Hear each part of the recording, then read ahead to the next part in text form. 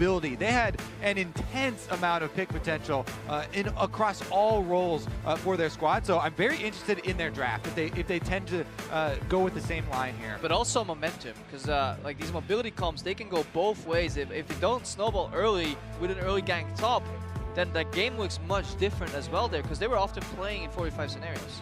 This looks like an early Rumble pick here for TSM. This early Fizz ban is a little bit atypical, known as one of the counters to Rumble. And Hauntzer, if he's supposed to start carrying now, this looks like a Rumble, and he can start taking over the game. Right off the bat, though, VODs are available to everyone, Krepo, and the Ivern is banned out, which was, one of the crucial parts of that shielding comp. Yeah, definitely. And it's also one of the jungles I actually liked Svenskeren on. What is he known for? Dying in an invade. Who invades much faster and much better than any other champion? Well, Ivern, and he also played it in the finals, I believe, and it was actually one of their better games versus C9. Exactly. It's something that, TSM actually have used well. Jungling such a team, objective here, especially in the early game, and both of these teams have showed strengths and weaknesses, actually. One of WE's losses was to EDG due to a jungle invade early on. Regardless, though, again, we are going to have that Lulu, so maybe you will get your wish.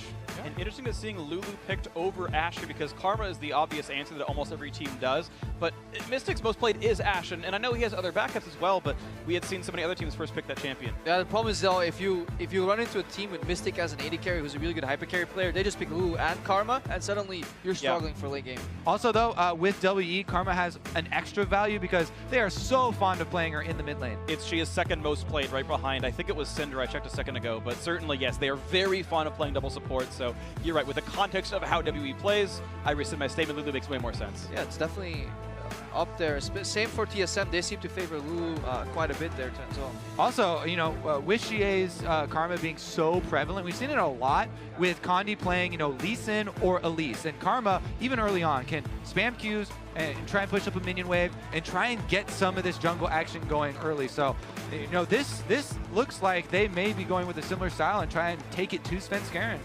See what happens now. I know that Sven is hovering Sejuani right now. Just keep in mind, everyone watching at home, this is still 7.8. There is no tank reworks on Sejuani, Zac, Maokai, and there's none of the new items as well.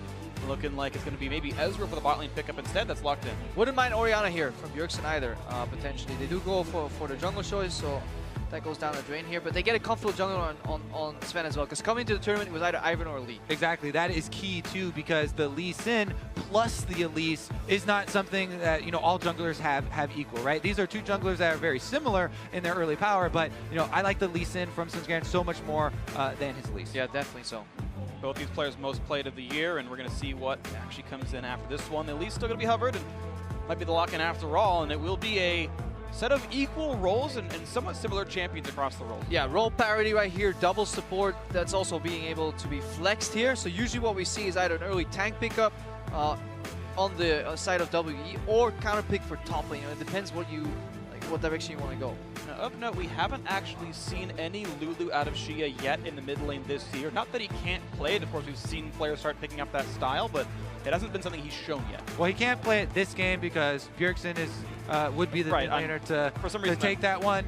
And these are both flexible picks, right? Both of those supports could either go into the mid lane, as we already have seen, or down to the bottom. So that does, put a little bit of an extra pinch onto the second round bans here, and we're already seeing them go for the mid lane. And if you want to keep that flex alive, I think if you're WE, you're looking to early pick your top laner, right? And then you last pick your support to see what's going on the side of TSM. Then you need to figure out earlier what you're going to reveal. As soon as you started talking about top lane, I was like, oh, Kled, yes, 957, and instantly finds himself on the ban phase. Yeah, and that is usually where it is banned against him, though. It's very rare for him to pick it in the first 3 picks. Everyone's like, oh, you gave 957 Kled, what are you doing? Don't you watch the LPL? It's like, no. You only get 3 bans to start out. Funny how everyone sees a game where a guy's got like 7-0, and they're like, yeah, you shouldn't have given him the champion. I've watched like 5 games of LPL. He's really good on Kled. Like, no, it doesn't work that well. It's a really good second phase ban, and it's also not a super power pick here. We do see the Rise and the Orianna removed, so Bjergsen will have to start digging a little bit deeper into that champion pool. Syndro, no, of course, that's gone as well. So yeah, a lot of the popular picks for Bjergsen are off the table here. Final ban for TSM, and then it's WB to get first pick, followed by TSM finalizing their composition. Seeing what they ban as well as what W wants to pick early on is going to be interesting to note. And I love this mid lane pinch, actually. No ban. Ooh, so they don't know. It feels like it's got to be a mistake. Like, you ban another support. right? Like ban Nami, because you're clearly not going to play it, and they might, right? There's some obvious one-sided bans here, where you ban supports because Karma can flex. There's no reason not to ban anything. TSM is much more likely to put their flex pick in bot, and Team WE is much more likely to put that Karma in mid. That's why these mid lanes make so much sense. When you remove the top 5 strongest mid laners, Karma just goes up so much more in value. Also, if you play against Bjergsen, you can end up playing a Karma versus Lulu matchup. You're winning out thematically because he's the one consistent point on TSM. And another flex. Another flex pick here. You still don't know what the W composition is. Karma mid or in the bot lane, Jayce top or mid, you still don't know what's going to be. Or support if you're Mata. Well, the lane assignments you don't know, but you're very well aware of what the comp is. The comp is taking shape for them very clearly. They have all range champions currently and are very well equipped to go for the siege, go for the picks with the AShe and the Elise. Ooh, and they're going to go for Kennen over here in the top lane to go alongside the solo lane Taliyah in mid, so it is a pretty high-tempo team. You expect Kennen to have lane pressure most of the time against most of his matchups. Taliyah's supposed to get some shove pressure as well, and remember on the map. And the question is what they're going to roam into, though, is bot lane's not a ton of pressure. So TSM are raising the tempo of their game here with the switch in their champion select. Taliyah, super interesting matchup as well. We'll get to see one of the... Never mind. You go ahead on the Nami there. It's just the Jayce lock-in is so likely to be top. That's why they match it with the Kennen, who lanes fairly well into it. This is a matchup we saw last Worlds as well, where Jayce was seeing a resurgence. Kennen was a great pick into it. The problem is, I feel, for Team WE is that Bjergsen has shown some proficiency in roaming with this Taliyah and can start influencing. He's very fragile side lanes. Exactly, but again, with the Nami pick, it just reinforces the direction Team W were already going, right? Now they have sustain for their siege comp. This is totally geared towards, you know, knocking over the early turrets. That opens up more space for the AShe arrows to come through, the Elise picks to come through. This is a full range composition, so it's all about focus fire and swapping targets. You mentioned being full range, no tanks in the squad right now. Svenskeren can pinch it later on, but it's going to take him some time. Condi the same, but they're going to be squishy for the early game. So we're looking at thematically a very squishy siege comp. The usual answer is hard engage, but there's very little of that on the side of TSM. They really need to make use of kind of the walls and maybe at least in flank kick, but in terms of like the old school, like say like a Mumu engages, Dragon's Body Slam Flash, it's not quite there because this is going to be an AD Kennen.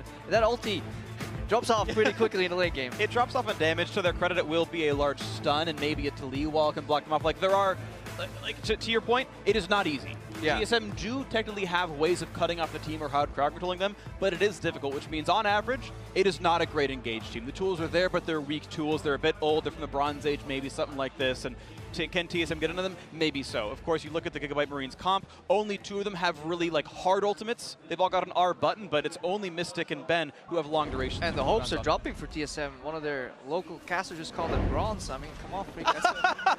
I don't know if that's really what I meant by that. Like, I heard TSM and bronze in the same sentence. I think that's a little savage. I think they have a possibility to fight their way out, but they'll need to show it with some skilled combos. Like, they can't just play a super easy composition here. Definitely complex game. We'll upgrade it for you. TSM have 2.5 thousand gold in this game. They're moving up quickly. The challengers in this one, they're down 0-1. WE up 1-0 so far in the group stage. So now maybe they can carry for the North American LCS and the Mid-Season Invitational. All right, checking the brush here first for TSM as they move in. Yes, I think there was a little bit of vision first, and the ping's already come out. All right, Turtle taking a couple of arrows to the face. Backs off against Mystic, and then over the wall, going to get himself 8 gold. I actually think Ezreal is a good pick, I feel, for Turtle. Much better than these kind of low mobility static AD carries. The Twitch wasn't really working out, but let's not forget, he knows how to play AD carry. Coming back to the mid lane as well, and that Taliyah pick, I also think this is an intelligent pick from TSM because one of Taliyah's biggest strengths is the early shoving. Yeah, playing as a champion that only wants to shove as well. We'll see how the shoving goes in this one. Minions have spawned, they're walking into the lane, and looks like it will be the standard 2-on-2s in the bot side. Very rarely do we see lane swaps nowadays, but saw a couple in Europe. Look at this though, invade for WE, 3 of them coming forward, the entire bot lane plus Xiye. Xiye looking to stop out on these Raptors, and this could be successful. They get away 1, that'll slow them down at least a little bit. They're leashing the big one for him. He can just fight that away right now. Yeah, I mean, it's a little bit of trade-off there. I mean, you take away one of the small ones, that means off the small ones, you're not just going to hit the level 2, and he's going to have to clean up the entire camp to hit his level 2. Meanwhile, though, focus on condi, right? Because we talked a lot about, you know, how condi wants to take either the Lee Sin or Elise with this, push in, go for some early moves. He has started on the top side of the map, on the red buff, rather than, you know, taking a lot of damage for Raptors. Yeah, and I think we'll see him visit bot lane very early. There's a couple of things you can do with Elise. You can go level 3 and then Blast Cone, repel Blast Cone over the Dragon Wall and get behind enemy bot. Even just showing up in his bot lane will be needed because WE lost a lot of the push here because Turtle and Biofrost, they were in this lane zoning for early experience while they went for that Raptor invade. But if Condi shows Lee Sin from Sven can steal away the jungle, he's on the top side already. Ben, wow, at 5 HP. That could have been Summoner Heal worthy. Stays alive, though. Intelligent ward here moved from Bjergsen as well from the mid lane because, yes, bottom lane is an option with this Blast Cone. They've cut off the top side, so this is the only option, and TSM should be playing accordingly, but they're not. 3 versus 2. Here comes Condi. He's going to get flashed away. Biofrost gets out. Exhaust is on, though. The slows are there. WildTurtle could be attacked. Repel's going to land into this one, and WildTurtle's got no way out, escaping. And that's first blood coming through for Condi. Yeah, and it almost seems too easy for Team WE. You have to expect the level 3 Elise gank when you play with such an early aggressive jungle. You have to be ready for it. One of the first things that you do when you see a bottom lane pushing up, actually they might even go for more here. Biofrost, remember he used flash already. Wow, that's actually in range of the Cocoon. Lands the stun, gets a bit of damage out. I don't think he's going to get the kill, but he does stop the recall for a bit longer. One of the first things you do when you have a pushing bottom lane like that early on is move up, ward over the wall to blow up the Blast Cone, especially against early junglers like that. Or at least you ward the brush, or you have to respect the possibility of the gank in one way. You know, some teams like walking up for Division on Grom, others want to get that Blast Cone down. It depends how much time you have. The thing is, TSM were just simply disrespecting the possibility of Condi being there against a jungler who is prone to ganking bot side. WE stylistically as a team plays so heavily towards the bottom side of the map. Meanwhile, along with that team theme, you can see that ward there, top lane, getting more information, seeing Svenskeren as he tries to answer. Here's another look at it. And remember, the Elise repel goes off, and he instantly follows there with his own flash to secure the kill on Turtle. And you still see the aggressive part of Exhaust in ganks is still there because it just slows people down and allows you to get there. In the 2v2 trades, Exhaust lost a lot of potential, but right now it's perfectly valid if your jungler shows up. Even when they flash, Exhaust is the more valuable summoner. And Sven only took 1 camp away from Condi. He took Krugs exactly, didn't get onto the Raptors at all, so really not a lot punished there from the Condi roam to the bot side early game. Yeah, what he does get is more continued vision, more intelligence for the team. So it really narrows down the possibilities of where Condi could be. He has for to the be future. Bot. Exactly, narrows them down, and they have to play accordingly though, because they've been doing this before. They're picking the wave. They're waiting for the wave. They're being ultra patient. This is a very big play being set up here. Like they're waiting for a long time here. If this does not pay off for WE, they're losing so much momentum. See, Mystic maybe wave clearing a bit harder than he should, though. It keeps him from pushing a bit faster, but here we go, looking for the attempt there. Biofrost juicing back and forth. Stun lands on WildTurtle. Gets back in range. Nice bubble's going to land, and Ben gets the kill credit here. 2-0 in the bot lane for WE. Almost a perfect save from Turtle. He took the Cocoon and then shifted, buffered the shift right there, but it just wasn't enough. Biofrost still falls. These are the types of things why they were talking about how Condi, oh, never mind. For the play, can they get Xiye? A lot of damage here in this one. Going to go for the knockback. Not's going to land it. Xiye just stays alive with an empowered root. Yeah, it's the mantra W is so deceptive in terms of sustain, because while it's channels, it gives you something, but at the end, gives you bonus sustain as well here. Yep. Really strong against jungler ganks early on. Yeah, Svenskeren, again, you know, after that move, he takes a little bit of a venture into WE's topside jungle, but aren't going to get a huge reward out of it. And then take a look again at the camp from Condi. They know all the summoners are down. I really like the shift from Turtle. Like it's so good to protect your support, but Biofrost, he kind of juked himself into death right there, and it was a great hold from Condi. Holding Cocoon for a fraction of a second longer, guaranteeing that Biofrost either jukes or dies. Twice. He juked twice to get away from Cocoon because it's such a fast skill shot. You have to do it on prediction. You can't reactively dodge Cocoon. It's just not really possible. I can't. Maybe Faker can, but... Okay, Faker can. He can't jump over walls, which are possible, by the way. I learned that thank you, Twitter. You can jump that wall, but either way, it is a nice set of ganks, and Condi has set bot lane up for success. Credit to Turtle, though. He's still up farm despite the death, so that's at least a positive. Yeah, this WE up 500 gold. And here we see WE start pairing their jungler and the support for the invades. that's definitely crucial for them in getting that vision. Speaking of farm, though, it is important to, especially when you are Elise and you're snowballing like this, keep your eyes on the camps with many minions in them, because if you're able to get a Raptor camp, you catch up on experience very quickly there. And because he's been ganking so much, you can see he's only level 4, so you have catch-up experience available if you go for one of those camps with a lot of monsters. It's worth pointing out in catch-up gold as well, Svenskeren's only 100 gold behind Condi, who got a 400 gold first blood and a 75 gold assist right there. So Sven has farmed back a lot of that gank advantage. Again, this game only 600 apart despite 1,000 gold worth of kills. And in terms of stopping the bleeding combined factor, we see a Sheen rush from Turtle. He's like, yeah, I'm not going to you early. So in terms of power disparities, this game is very even still. It'll take another domino falling to really get that snowball effect going. Still a close game. Again, WWE kind of known as the Elder Dragon team because they usually play for the late game. And right now at the Mid-Season Invitational, they've had good early games as well, which makes them a very threatening squad. Yeah, it's also why they were kind of, for me, really hard to judge, because if you look at them, oh yeah, they made it here, they beat the finals, beat RNG, but they came back from 2 7,000 gold deficits, and you do that because one, you're great in the late game, but also two, because the other team was kind of helping you a little bit, and you still got behind 7,000 gold too. So they definitely have flaws in some of their plays. Yeah, moves like this though, early games like this where they are using Condi in this way are some of the reasons why Condi got so much praise this year, and accolades and people talking about him being even the best jungler in the LPL. He may very well be. Plenty of people say that about him. Hauntzer taking a rough trade. 957 do a nice job of forcing the ult out and then disengaging properly. Xiye gonna grab himself a blue buff to continue playing in this early game, but the gold is up to 1,000 up now. WWE playing better as we get into this 8th minute. Yeah, and WWE really putting the onus on his vision control in the river here, and that's a really good setup. The next breaking point could also be Xiye and Bjergsen. As they get higher levels, the waves are disappearing faster and faster and faster, leaving more time between those waves for these guys to disappear into Fog of War. They don't have to roam. It's all about the implication. Exactly. The implication, well, yeah, also, it's all about the cooldowns, because the teleport, Cooldowns is going to be Biofrost with his flashback available, gets away. Teleport cooldown is a lot longer, obviously, than the ultimate there from Taliyah, so Bjergsen could make more moves. The only way you gain value out of that if you constantly are using your ultimate cooldown to actually gain ground. Look at that War Kobe. Isn't that great against Elise? And Phreak all stop. Yep. And he times out and he's like, yep, there's a ward there. There was a ward. At least you get the information. Yeah. You know he's not guessing. You know it was there. It's also something you can technically communicate from mid to jungle, and it's all these little details that make the games much more efficient.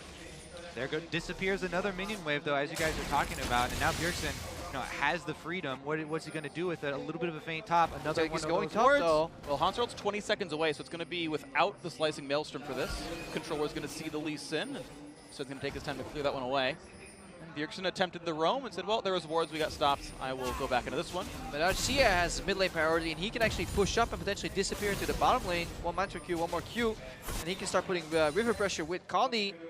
And it's bot side. Constantly tilts, one guy will go stop, then the next guy gets the option to go bot, and you really have to cash in on the play, or else you will get counterplayed. TSM looks to be abandoning in bot lane and going top. This time Slicing Maelstrom is there. The flash kick, the follow is in. Slicing Maelstrom makes it happen, and Svenskeren gets the kill now. The bot lane pressure that was in. Now the critical backswing of that play, as you're talking about, weak side of the map now for TSM is bottom side. They do back off this time.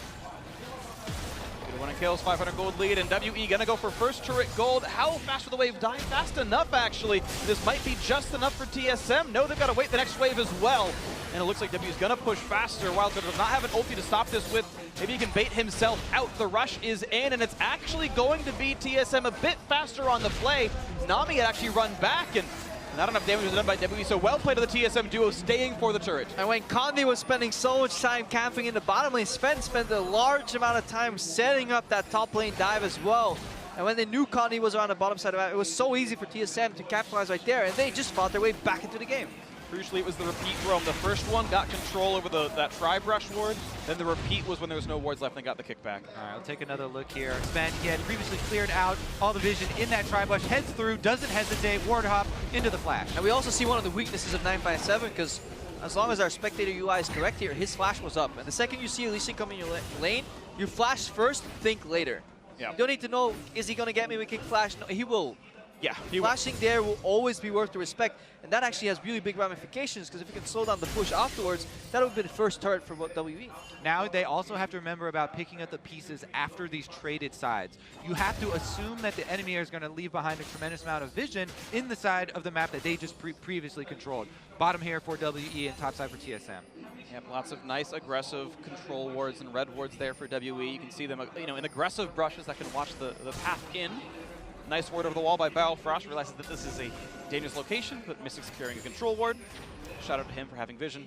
Yeah, should split the map up in two. TSM can play top side, pressure the tier 2 turrets, steal away jungle camps, maybe get Bjergsen up there for a dive into top tier 2. Whereas WE obviously have their eyes set on this mountain Drake. Notice also that because this is the weak side, because Turtle is going to have a low income for this one, he is not going for a tier build. He is just trying to build into the Triforce to have that baseline effect. Seen a lot of different Ezreal builds. Some will go tier early, some go rune. I'm going to Triforce, some Triforce first, and there's going to be Triforce first, and almost definitely rune in second. And we'll have to see what his mana pool looks like, but if he's the primary poke champion, he's going to be running out of mana a bit more rapidly. Hauntzer still with control over top side, 20 minion lead. Sven here to help make sure that can happen. A lot of damage coming through right now. Yeah, this is completely the expected behavior of this game. We see an arrow going completely cross-map. If it connects, it could change things up. It looks like a delay arrow. They're not committing any other members, even if that did hit, anyways, though, exactly like you're saying, Krepo, those two sides, we expect them to trade. TSM, the objective on top side is another turret. It's in trade for that Mountain Drake, and the important thing is that neither of them are giving a lot of ground in the mid-turret. Yeah, the one thing, though, is condi is falling behind in experience. Level 7 right now, even Sven's level 8. The enemy mid laners, generally, you can judge jungle XP by contrasting it to mid lane. He's 3 levels behind the mid lane, so it's the cocoon has to stick. Otherwise, he's going to be very weak in these team fights.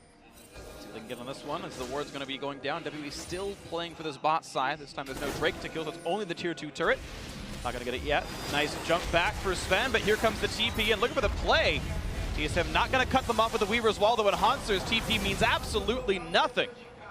Oh, that was very close to being very good play. If Bjergsen can channel his inner Moses, you know, split it up off on his side, that would be fantastic. But he ends up just shutting out Hauntzer, who now loses the top lane push. He gives 957 breathing room to get back in the game, get the soul push, disappear, and then put pressure maybe somewhere else on the map. Yeah, I mean, it's not complete devastation, as there is time for Hauntzer to get back up there. They're not going to lose any minion waves. And 957 did initially start a counter teleport, ended up canceling it. Is going to be that lower cooldown, but exactly, the ideal play they're looking for is that perfect wall. Yeah, it's when we talk about tempo, which is such a vague concept, it just means 957 gets the first push, the first base, the first option to go somewhere else, and TSM are forced to react. And the micro lead that TSM did get out of that was the super early flash from Mystic on the Ashe, so no mobility really left from Mystic aside from a small speed boost from his heal, and that might be one of those small windows that you do look to punish in the next confrontation. See if we can get out of this one right now. TSM, though, 1,000 gold lead because they didn't go for the Drake play, and Mountain is the worst early Drake to get. It doesn't do anything unless you're actually looking at a Baron or actually getting some turret pressure, so no incidental leads for WE just yet from that. But if you're a late game team, sure. If he goes 35 minutes, but you have to play the next 20 minutes in the first place. So if they lose a team fight because it could have been an Infernal, or if they're losing a laning phase because it could have been Ocean. But it definitely fits the WE style, you know. Sure. It's like ahead early, great. Not ahead, not the biggest worry, you know. They're aiming for the late game here. Can still win the LPL if we're not ahead early. I'm glad that you had that whole discussion without making a very cringy Drake reference. Well done, both of you. I'm so proud of you two. Meanwhile, we are going to have a collapse on mid, as both teams have been really, really heavily favoring those two sides that they split at the very beginning. Yet, as we keep saying, the wave clear in mid is intensive, and neither of them are willing to give up any ground as far as the vision around that mid lane. Again, WE, I've seen this exact clip 17 times now. Into the bottom jungle, putting aggressive control wards down, playing for this side of the map. WE is still looking for this as their bastion of power. It's the foundation of making picks, removing vision out of the ADM jungle, hiding in the multitude of brushes. The possibility to be everywhere. Now we'll see if Bjergsen can be everywhere he needs to be, looking for the bot lane on a Xiye. They have the option to continue to chase this or try and shove mid lane. I keep talking about the importance of this mid turret, and TSM do eventually make the call to cut off that chase and focus on the turret. Oh, great Weaver's Wall here from Bjergsen. That's how you use Taliyah too. And he can't even satchel over. It blocks off that side of the plant. Now here comes the attempt. Not going to get it, though. Seen that one before today as well. Not many arrows have been hitting. Nope. Yeah, he didn't qualify for this one. It's TSM who went instead of P1, and so I'm not going to have that one here. Kobe is groaning. Krepo is smiling. Exactly the audience I expected here. And it's just another delayed game for now. Meanwhile, you know, that crucial, 5 seconds or whatever alone with the turret did take a bit of the toll. And if TSM does continue to make moves like that around mid lane collapsing, that is what really opens up this map, where we actually start to see a lot more of the hard commitments to these engages. And that's what WE want to avoid on their side, because if they can get their Ashe and their Nami in the mid lane, put Karma on the side lane, they're playing a double TP comp. Yes, Bjergsen can move from one lane to the other with the wall, but it's still slower than a TP potentially switching it all the way to the top side. So eventually, WE will want their Karma on a side lane for Bjergsen to match, and then TP out of that lane. Here we go, the attempt on a condi, forcing the early flash out of him. That is an important cooldown gone.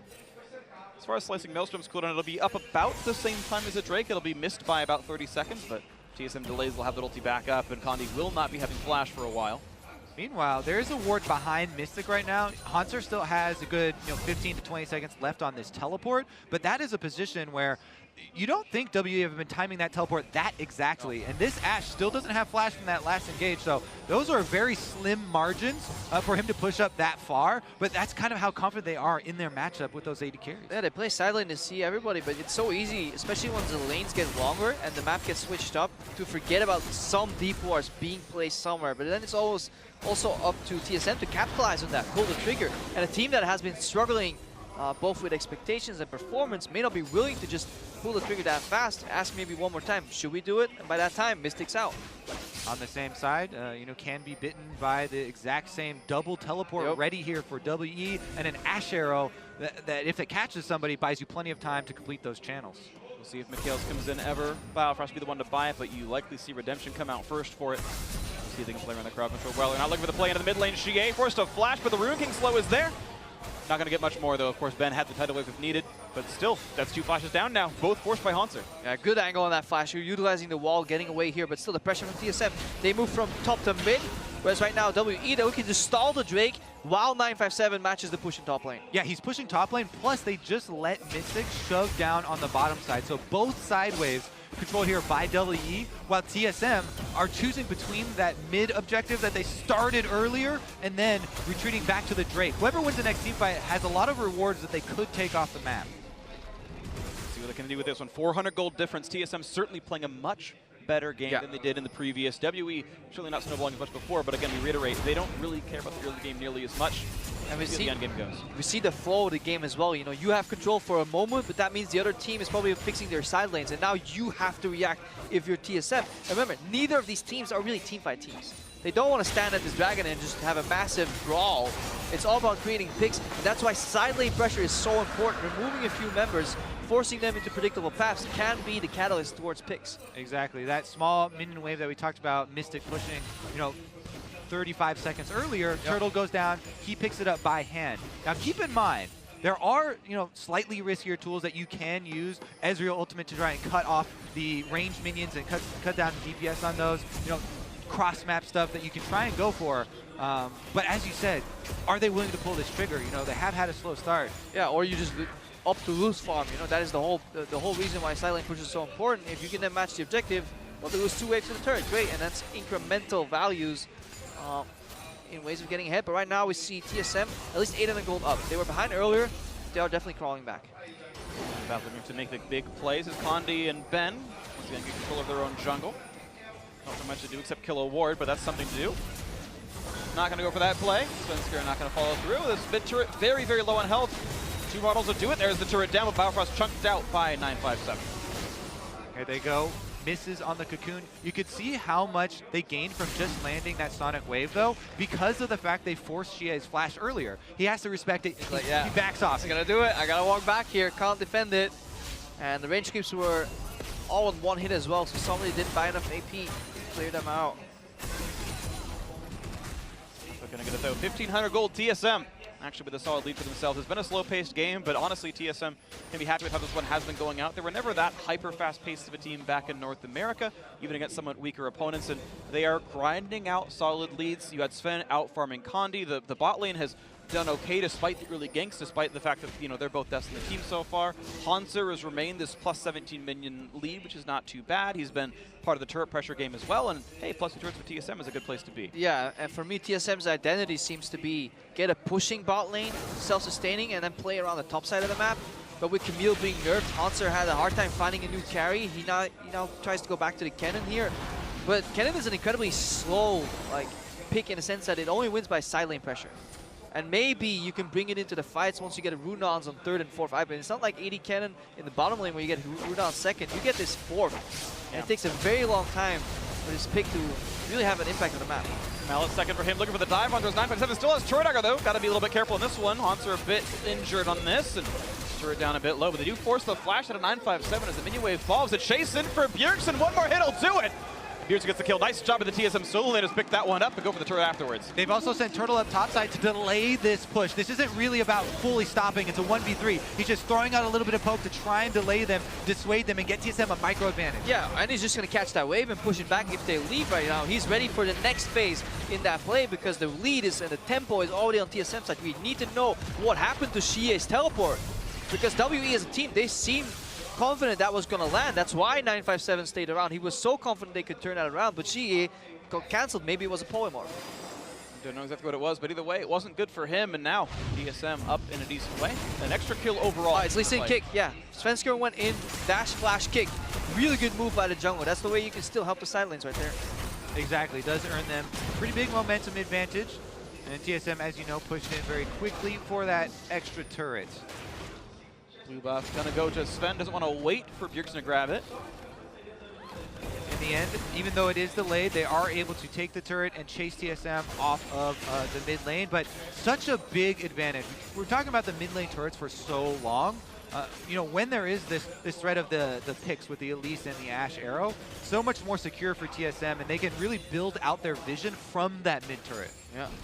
These mid games are also super interesting to watch around Asher because extended Baron baits really hard because nobody can actually tank the Baron, so you can't make the play where you force them to come towards you because you just get annihilated, but you can burn it down real quick if you're not paying attention. Exactly. There's so much damage flying around right here, especially range damage. You know, going to check these things, you can take a beating just by merely getting close to an objective. Shock blast, you know, volleys, these types of things. But you can never really start the Baron if they're close and contested, so it's very binary. Either you go all in on the Asher and you flash out and reset, or you get caught and you die and you throw the game and you hand them the Baron over. So it's very quick shot calling that is needed. And it's still very squishy teams. You mentioned how much threat is there from the poke. Sven's gonna look for the kick into the wall. Plenty of damage here. He's got every damage that he needs. It should be enough. And 957 goes down. Hauntzer still got aggro. He's gonna walk away cleanly enough. TSM finding these split off kills. TSM is playing around their strength in Hauntzer like they did so many games in the season. And they're also exploiting one of the weaknesses of Team WE. 957 not rated that high. It's all about condi, maybe Mystic, and then Xiye. So 957 being exploited here. He had one of the best games that we've seen in a while on the Kled earlier today, but he is being focused super heavily and rendered 0-3-0 in this game. Feels bad, man. Have Hauntzer stepping up like we'd expected. This was so much of the community was mad that Hauntzer wasn't the MVP of North America. They're like, no, this guy deserved it. He played the best in NA. What a supreme top laner. And he didn't. And it was contentious. It was debatable because not everyone voted for him. Obviously, he didn't win the title. A lot of fans thought it should have been him. I voted for him. Okay, well, Kobe thought it as well. Apparently, he's the TSM homer for this one. But it's finally a game where he's actually playing somewhat to his level, where he's up against the #1 team from the LPL, winning his lane, being the lever by which TSM are winning the game. But it also shows you, if a top laner needs to shine, like he's very rarely going to do it on his own. Like, how is he going to get those kills? Bjergsen needs to roam towards it. Svenskeren needs to help him. And then the other side of the coin, when top lane is getting help, bot lane needs to not feed. And that is really hard in the current metagame where it's so much easier to roam 4-man bot than to really exploit these roam stops. Exactly. Even so much of this action is taking place in that side lane and they're collapsed on him. Svenskeren, remember these plays. He's the one helping collapse for these kills. He's the one who goes in to stop that teleport that earns them that extra push. Yeah, it also makes you wonder why in an international tournament where TSM is suffering, especially around jungle, is Svenskeren playing Lee Sin. Ivern Lee Sin should be two hard bans against TSM.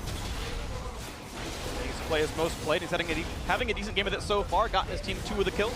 They know there's a Hauntzer that came out, but there's a Weaver's Wall. Buys a bit of time. TP is coming in from the Karma and probably from the Jayce. Not yet, though. It's just Xiye on the one side. 1,000 HP on the Baron. Can he get the snipe? And he's gonna. That's Baron in for TSM. Ensuing team fight is here. Sven, though. Hard CC, gonna be killed up, but not before he can take down 957. Actually, he gets away with it. Delivers his own escape path with the kick. Redemption not gonna find him. Somehow everything goes right for TSM. That was actually insane. We talked about basically the firing range that Baron is in this matchup, and WE do collapse on that with the teleport, but able to just barely escape. I think Bjergsen was the MVP of that fight. The way he controlled and forced WE to adapt their movement was just fantastic. Weaver's Wall and then putting the field down and really creating space for Sven to get out. And it's one of the big strengths of Taliyah. And as soon as you see that wall go down, you get a Lancing and you're like, wow, they are actually going to just go for the burn there and try and run away. You expect there to be some casualties, but they even came out with a kill lead on that one, and that is a huge turning point. It absolutely is. Now tank stats finally in for Svenskeren. He can be a bit more of a frontliner, but Treads Plus, now that Dead Man's Plate is completed, we can watch this fight again. I mean, they're all queuing up for the party here. Turtle eats the arrow, there's a wave coming in. But Bjergsen, look what he's about to do right now here. He just single-handedly turns that fight. Is that a 3-man knockback on WE? And then Sven, he's not supposed to live here. Yeah. He's like, get your body over there. I'm going to use your... Oh, never mind. He's dead. And this time he's got a ward to jump to, still stays alive. Svenskeren escape artist in this one. Yeah, dodges the Grim Reaper twice here. Turtle has actually been setting up side lanes for TSM very well this game. So while he catches a lot of flack, a lot of their pressure is being moved from one lane into the other, and the guy that's always setting up these side lanes has been Turtle on the Ezreal. He also played around his early deficit by delaying the tier. Now he needs to dodge the skill shots, so that's still tough for him. Arcane Shift and a bubble into the flash. Root's gonna come through. Mystic getting the kill credit on this. 2 out of 3. Just as I'm praising him, I'm like, hey Turtle, it's not all that bad. He eats an arrow and the push slows down. Still a 5,000 gold difference right now. TSM still pushing and looking to stop. TV's not going to get that one yet. 957 will join to prevent Hauntzer from getting much more, but the turret still goes down, stretching this lead now to almost 6,000. Jayce still in for WE, looking for a target, but not going to find it. The duel with 957 and Hauntzer, though, with the damage output coming through. Ruin King is there for the slow, but now Xiye is in for the chase. Can he get the root? No, it's going to force the flash out of Hauntzer. Get away with this one. Turret and the kill, though, picked up the other side. Yeah, TSM still keeping up pressure, even with Turtle going down there, because of how powerful this attack damage Kennen is. With the auto attacks, they're able to get inside the base, even with 3 people collapsing. Bjergsen has his back, and they do escape. Yeah, we really get a nice lesson in how this composition works. TSM, they want to fight on multiple lanes. When W aggress, they want to just hold them there and play cross map. Hit the other side of the wall. That's why it's so unfortunate that the arrow actually killed Turtle. If you could disengage there, it was over for W. They used their main engage. We saw how 957 was just melting against this Kennen in the 1v1. Let's see what's going to happen next. 6,000 gold difference. WWE hoping to fight back from the deficit. And this is about the time this team comes online. This looks like basic WE playoff games where they went off and took the title anyway. So this is where it starts to be the real test. Can TSM win against one of the great late game teams at this tournament? Right now looking okay, 7 turrets to 2. One of the things though, when you talk about tendencies of teams, team composition plays such a huge part in it. And a lot of the comebacks for WE, I look at all these flank plays that they come from. They're holding on, playing defensively, and then they get this big flank. This is not a flanking team. This is a full range team. This is a DPS team. And it's also the Karma build is quite peculiar here for Xiye. It's not catered around buffing up Mystic. You usually see Karma Nami like, oh great, Mystic is going to get so much protection, but it's a Liandry's Luden's Karma that's not spiking on a 3rd Rabadon's. There's no Ardent Sensor in there to really buff up the Ashe. The Ashe is also not building to get the maximum benefit if there were an Ardent Sensor. So it's definitely all things to be considered here. It's not the typical protect the Ashe comp. Absolutely not, but Mystic had been one of the big carries. It's not going to be the style this time around right now. Xiye, of course, great poke power. Both Ludens and Liandry is good with that kind of play style. And if that poke can weather the storm and buy them the time till they get there, maybe it works out. But poke from behind is not historically not that great, right? Now Svenskeren dodges a cocoon. Yeah. A bit of traded damage though, Sven's going to stay alive enough. Bjergsen taking a bad trade against Xiye. He's actually dueled pretty well, but Hauntzer once again in the side of the map looking for a duel versus 957. Redemption comes down just in time, but he's still caught up by Weaver's Wall. The final shot comes through. It's a crit for Hauntzer. Cocoon's not going to land either. Bjergsen going to buy him the time to get away, and that's a solo kill. Nicely done through the Redemption. Well played. Another extremely good wall from Bjergsen there to corral that extra kill for Hauntzer, and he's able to finish off just in time. Now they've got pressure on the open inhib. Yeah, they can use their numbers advantage and just move in here. Hauntzer, he gets his free cage fight right there by Bjergsen, set up for success. And here we go, on to the inhibitor it is. That's going to be dropping down. It's a 5v4. No chance for W to fight this one out. It's going to be the quick disengage. Bubble means nothing as well. And the game is going more and more TSM favorite. 7,000 gold up, and we know Hauntzer can solo kill his opponent. Completely different take on the game this time around from TSM. They open up the tournament with a fully turtle-centric composition all around this AD carry, protection, bottom side, focus. They fail with that one, cross it off the list, and they completely flip the script. They sweep the flitch all over, Kobe. The switch has been flipped. But you see it in the kills as well. Like, there's 5 kills on the board. All deaths belong to 957.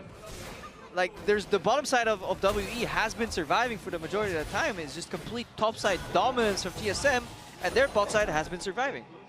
There's one important power spike still to wait for, and 1,000 gold Mystic finishes his Infinity Edge. If he can stay alive, he will output ridiculous amounts of damage, but I don't know if TSM is going to give him the 3 minutes it takes to get that gold before the game is decided by map control.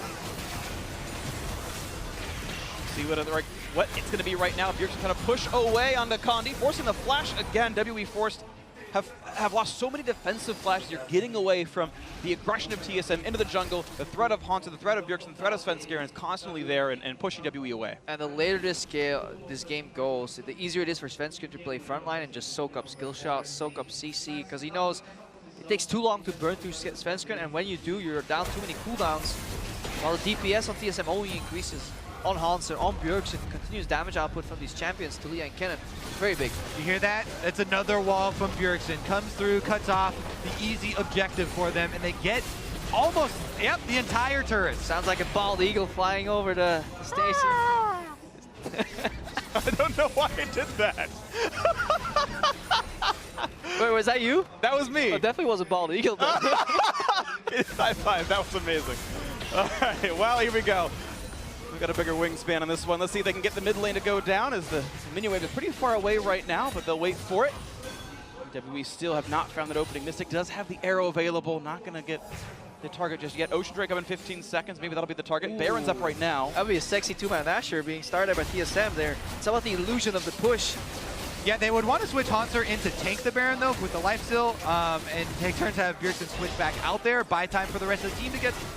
Sure, do they have the time, though? 4th with health right now, and look at that. They set it up properly. Going for the kickback, the repel to buy a bit of time. Oh, condi could try. The son of Baron wants it, but there's no repel. He can't possibly my God! So it's going to be picked up. It's actually Hauntzer gets the last hit, but of course, keep in mind, Sven is dead. 5v4, Xiye on the battle against Turtle. Exhaust is in. Mystic now to join the fray. Can he get the damage? Yes, they'll pick off Turtle. It's 2 kills picked up. To the fact that Baron was taken by TSM. My goodness, your heart just starts beating when you see Svenskeren jump out of the pit to try and kick condi. Then he's the one that ends up getting CC'd there. But condi had to repel to not get CC'd, and the new flash was down, so it was only the Jayce who could steal. Like, they know condi is a son of Baron, so he likes stealing Nashers, but then he drops next to Svenskeren. Luckily, he does not have flash. Look at the shock blast that's headed in as well. Just so close to going away. Oh, this is why WE somehow miraculously wins these late games. They need to make the decisive play, and they also need some help from their opponents, and both those ingredients were right there. The recipe for a throw was almost complete, but TSM, hang on. At face value, a Baron is still worth more than 2 kills, but it gave WE a lot of time to catch up and farm. Yeah, if you die in a heart attack. As far as gold. Yeah, but if you die in a heart attack, then you do taking the Nasher. There's more into it, but the Infinity Edge is done. That was an important power spike that Mystic was able to complete. He did get kill credit on one of those pickoffs against Turtle. Exactly. Well, the drawback of TSM completely flipping their style and going with the self-sufficient, fend for yourself bottom lane, we're focusing elsewhere, is when you get to the late game, all of this extra gold here for Mystic has accumulated in the 4-item crit build, large amount of DPS possible from this Ashe if he's able to stay alive. Exactly. It's a 4-item Hurricane user with 2 supports versus WildTurtle, who stopped by to get a QSS. He's at 3 items here, and just that damage output is not the same. Now, I would also say that Kennen arguably falls off a bit as well. I think he's still got a good CC, but you don't have that same quite bully pressure you used to have on that champion. I think he is going to definitely output a lot more than 957 though on That's Jayce, true. who has really been hurting. Yeah, but it's still a Deathfire Touch karma. It's not a Wind Speaker's karma with the Ardent Sensor, so it's still the small caveat here. 1.5 supports. But Yeah. Deathcap's up next. He's going to have damage. yeah, definitely depends on how these fights play out. Honestly, if TSM can keep the map split, but obviously the later you go, the closer you get to the base, especially those inhibs, it's a much shorter path for W to travel. It's all in Weaver's Wall to split them up. Let's see if Bjergsen can do it. We know he has good utility ultimates. His Rise is great. His Taliyah as well. And look at Hauntzer being left alone. WE knows they can't deal with him. Looks like mid lane turret has fallen as well, and now onto the top side they go. Yeah, perfect from DSM on 3 lanes, never committing to a fight. It's all about just balancing the pressure. When they contest, you step back, you take something more on the other side, no matter how long it takes. And almost dead. It's a few shots away. Kennen still dealing damage, and Hauntzer gets the mid inhibitor as well. More of this base is falling, and WE not fighting. Hauntzer moving back and forth between the minion waves to buff them up, each with the Baron buff, and continue this pressure. Triple inhib down. Hauntzer uses the ulti. He's still staying in range of Xiye, which is a bit risky. Gonna stay alive though, with Redemption helping as well, and looks like TSM wanting to keep pushing with the Baron buff. It's on for a little bit longer. And it's so important that the last wave goes down right now, because the amount of super creeps you get triples from 2 inhibs to 3. Yep. And now the Weaver's Wall comes out. Goes from 2 to 6, and now the Weaver's Wall to go for top lane. Nexus turrets right now. Can they get away from Mystic? Can he get the damage? Turtle in the front lines, losing a little bit of HP. The pickback is there. They picked off the carry. The shields are there. He's not yet dead. We've seen it from Sven. It's a 1-for-1 though. Jungler for support. Mystic still alive. Healing on the fountain. The debilitation is going to make it a little bit slower, but he stays alive in this one. The flash, who not going to land on Bjergsen. Good flash to get away. 1-for-1. This is massive for the game, because Mystic survives. His flash is at about 30 seconds cooldown, so they could hang on. They lose at least 2 minutes right now for TSM to get back to this base. Inhib spawn time 5 minutes, I believe, still. So it's such a big part of the game that he lives. Exactly. Even if you hit that Q, as you said, TSM have all the cards right now. They have super minions flooding in. It's so risky to go for this. Large amount of damage does land, but they don't get him off. Big shields come in. Svenskeren gets locked down, and WE live another day. I think that's where Turtle actually has to dash in aggressively. Yeah. Ironically, if his needs E the connects E4 there to and he get goes those 1-for-1, they win the game. Yeah. Or if they don't take the Q in the first place, True. and wait for all your minions to reinforce, Yeah, and they just wait. to stay around at the Nexus turrets. As it stands, though, TSM still in a huge lead right now. 8,000 gold up, and they've got triple inhibs down. WE cannot leave their base for pretty much anything at all. And even if they stay inside, you can still win the game with just 6 super minions. Yeah, and even if Nashor spawns again, Hauntzer is just going to solo kill the game. Like he can solo carry all inhibs down again. TSM can use Nashor as a bait right now. This is the best spot for WE, so they actually have to fight their way out here, because if they wait, it's only going to get worse. 8,000 gold deficit. This will get shrunk over time as the minions fall down, but look how much damage is going into these turrets right now. It's going to fall even with champions defending it. A block is used early on. They get the knockback on a Mystic. He stays alive though, but that is flashed down to the start, and one turret's already gone. Stunned, and Bjergsen gets away with the cleanse. He's going to be okay for now, but this turret's falling still very quickly. That's going to be it. Nothing left in the base but the Nexus, as TSM are cutting them back, and another wave of super minions is coming in right now. 6 super strong. Ben slowed down. Weaver's Wall cuts off Mystic, and it's all about knocking this one down. He cuts the wall down a little bit early. There's the kickback once again into that one. Here's Slicing Maelstrom. There's the damage. Over the kill's going to come through. That's 2 already. That's going to seal the game, and TSM actually get the win. They get the comeback. They improved to 1-1. Yeah, fantastic cleanse by Bjergsen. Chaos on point from Biofrost, and they take it slow. They use the minions to their advantage. TSM even up the score for today's results. That was a crucial win for TSM, especially after you saw their first game of the day dropping to Gigabyte Marines. And you say, okay, our TSM is the worst team in this tournament now. But WE, who had taken down and kind of showed themselves maybe the number 2 team here, maybe higher, TSM actually answering them back. We've got some parity now in the group stage. Anyone can clearly be anyone in this middle portion here. TSM with a necessary win. Definitely bodes well for TSM, but you still have to wonder, how many styles can they pull off? Can they actually pull off any sort of bot-centric style? You know, stumbling early on like they did does pose a lot of questions moving forward. Very strong performance here, though, with the solo lanes. And if they can't do the bot-centric style, how many picks do they have for Hauntzer to play carry top? Camille is gone. He whipped out the Kennen, but Can he do it on a Kled? Can he do it on other picks? Have TSM practiced that enough? Because clearly they must have also been devoting a lot of their practice and scrim time to getting that bot-centric style developed, but it's not working so far. And that's what they tried in the very first game of the tournament. Can we play Super Turtle? And that didn't seem to be the possibility there. But a smile on Hauntzer's face, 6-0-3 on the Kennen. Only missed out on 1 kill from his team so far. Lots of attack damage items, and it was good to see him kind of return to the form that his fans remembered of him. But no smile on Turtle, and like from what I remember from Turtle, he's always smiling. He is always smiling, but until the first 25 minutes of that game, the bot lane was 100% of the deaths for TSM. It was all Turtle and Biofrost getting attacked. Some of it they probably should have known better. Some of the wards could have been there to watch Condi's ganks. You could argue that things could have been done better, but they were the dead weight that the rest of the team was carrying. Post, first blood, and post, that first gank that Condi was able to pull off on the bottom side, it did look like they were very well aware of their role in this in the bottom line, and the whole team was on the same page of, we are seeding this side of the map, and they played to the top side of the map for a good 15 minutes. And there's no shame, because exactly. if you can win both sides of the map, well, hey, the game's free. over already, Yeah. So they definitely had to concede. They stepped away from the turret.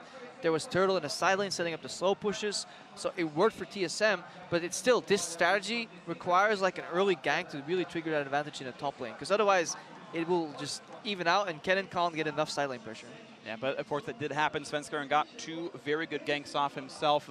Multiple times it was a flash kick to set up for the rest of the team, and that did work out. And again, Hauntzer was able to use that advantage very well. I've seen so many Kennen players will get the early lead, I win my lane, and then they can only farm. There's never any turret pressure, and that was not Hauntzer in this game. Yeah, and the biggest thing to me, too, is that TSM looks so much more focused this time around. As I said, it looked like they came in with a much more clear game plan, and they actually were able to stick to it in the mid-game when it was still close. Because that's why it's team effort. So often when we see these Kennens fail, is because when they stop pushing side lanes, their team starts team fighting all the time, and they join a team fight.